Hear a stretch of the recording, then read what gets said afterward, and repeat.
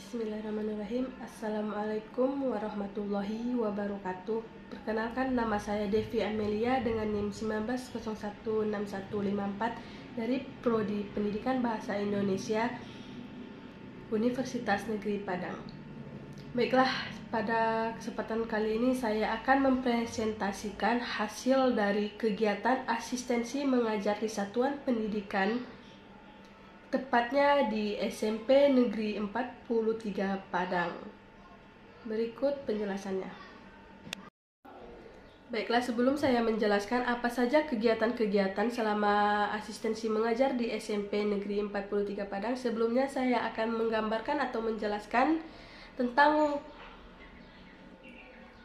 SMP 43 Padang. Lokasi mitra satuan pendidikan yang dilakukan kegiatan asistensi mengajar tepatnya di SMP 43 Padang yang berlokasi di Jalan Heler nomor 6 RT 1 RW 8 Kelurahan Dadok Tunggul Hitam, Koto Tangah.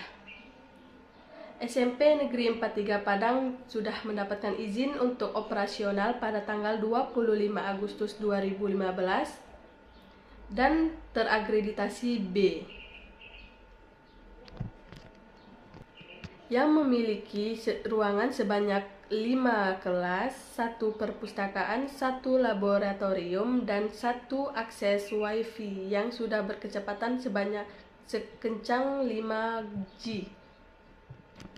SMP 43 Padang memiliki kepala sekolah yang bernama Bapak Dr. Randus Dodi Arenius dan Ibu wakil kepala sekolah dan sekaligus wakil kurikulum, yaitu Ibu Ade Susanti. Asistensi mengajar merupakan program yang memberikan pengalaman awal untuk mahasiswa menemukan jati dirinya sebagai calon pendidik di kemudian hari, memantapkan kompetensi akademik kependidikan, meningkatkan kreativitas sebagai calon pendidik, membangun keberanian yang tinggi dalam profesi calon pendidik di kemudian hari. Dalam program asistensi mengajar ini terdapat beberapa bidang. Yang pertama, pengelolaan perangkat pembelajaran seperti RPP, lembar kerja peserta didik atau disebut dengan LKPD, Prota, program tahunan, program semester, dan materi ajar, bahan ajar yang digunakan dalam pembelajaran. Dan yang kedua, ada kegiatan administrasi sekolah yang berhubungan dengan kurikulum dan kesiswaan. Dan yang ketiga, dalam bidang non-akademik, yaitu pembangun dalam mengembangkan ekstrakurikuler siswa seperti keperpustakaan, ekstrakurikuler lain-lainnya seperti tari, drum band, kepramukaan, serta adaptasi teknologi pendidikan dalam pembelajaran. Program asistensi mengajar memiliki beberapa tahap. Yang pertama, dilakukannya observasi atau pemilihan tempat untuk dilaksanakannya kegiatan asistensi mengajar, baik itu di SMP maupun di SMA, dan pengantaran mahasiswa, dan yang terakhir, melakukan aktivitas atau kewajiban di sekolah yang telah disediakan atau didapatkan.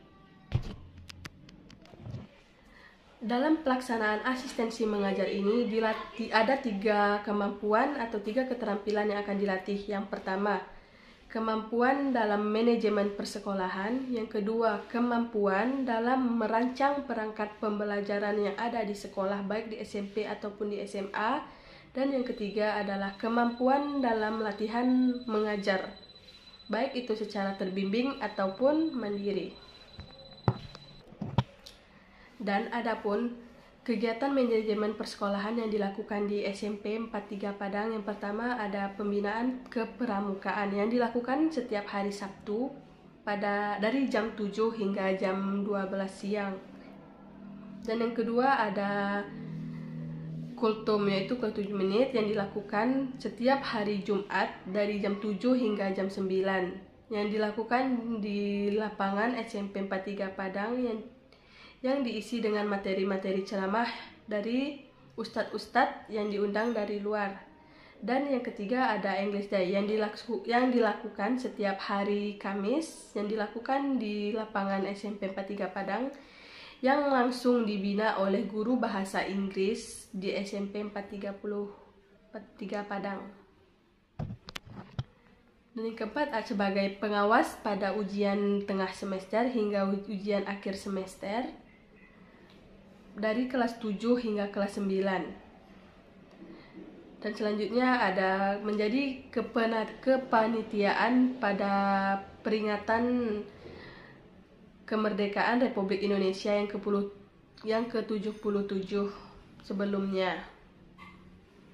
Mulai diadakannya perlombaan dan jalan santai yang dilakukan oleh siswa-siswi SMP 43 Padang serta guru-guru yang berada di SMP 43 Padang serta anak-anak atau mahasiswa yang melakukan pelatihan kependidikan di SMP tersebut. Selanjutnya melakukan kegiatan piket harian atau mingguan. Setiap mahasiswa PL ataupun guru, khususnya saya sebagai mahasiswa asistensi mengajar yang di SMP 43 Padang memiliki piket pada hari Selasa, Kamis, Jumat, Sabtu.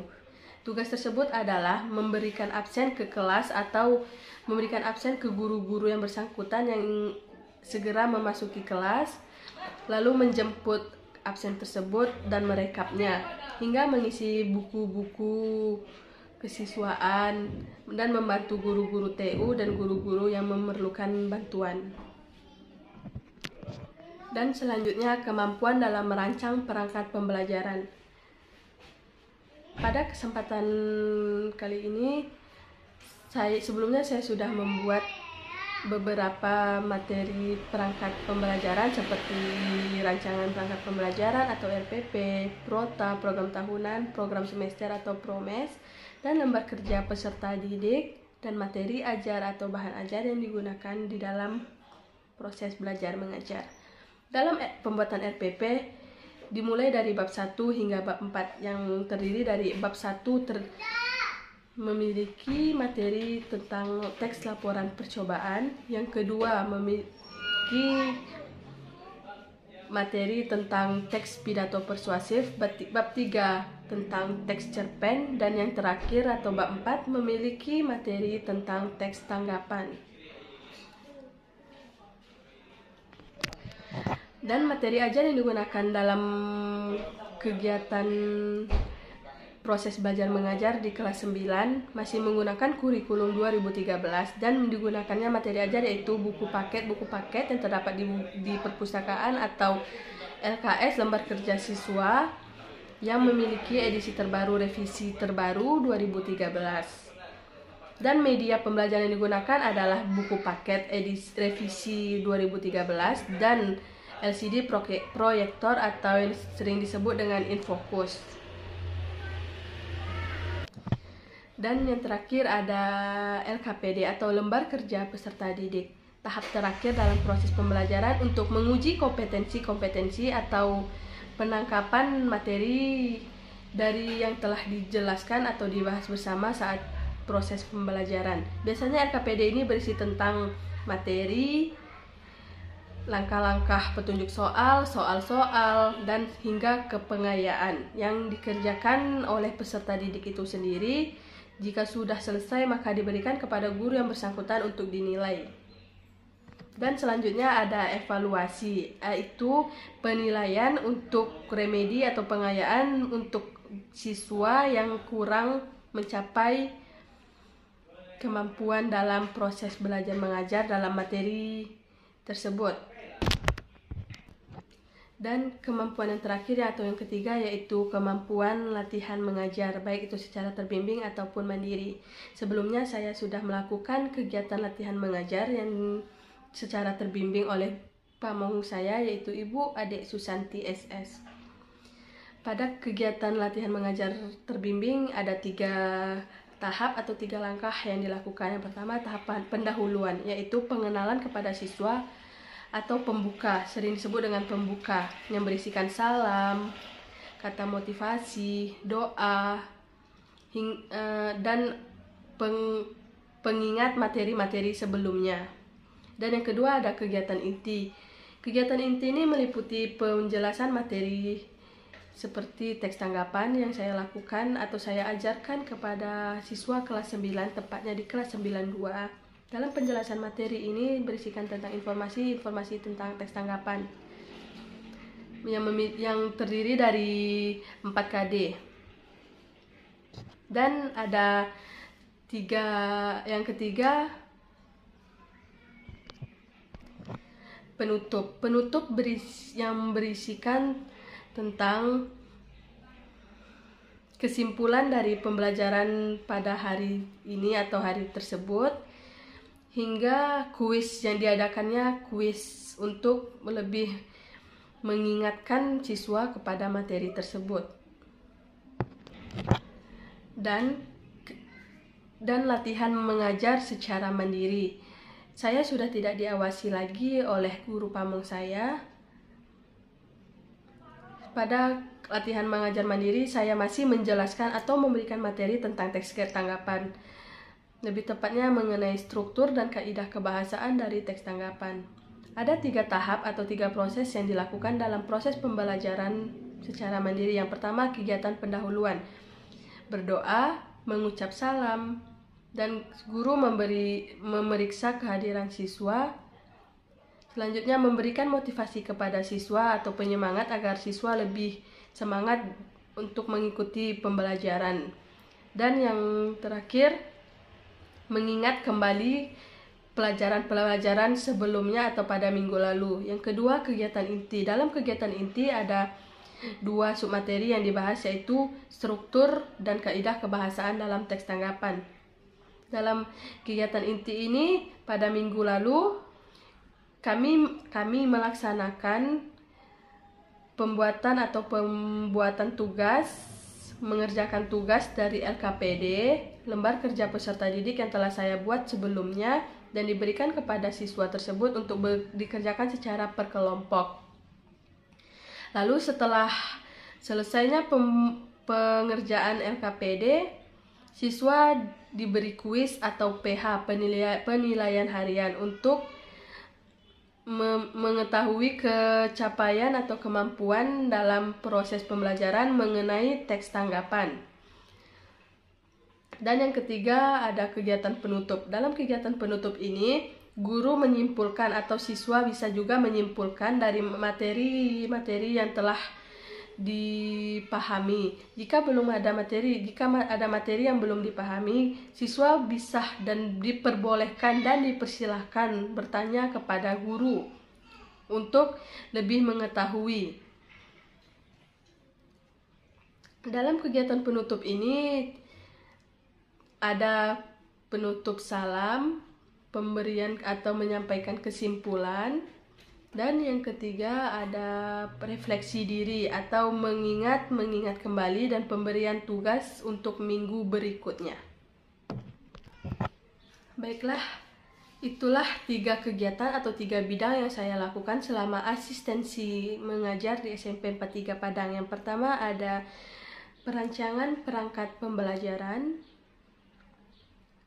pengelolaan ekstrakurikuler atau manajemen sekolah yang berhubungan dengan kurikulum dan kesiswaan, dan yang ketiga latihan mengajar secara terbimbing ataupun mandiri.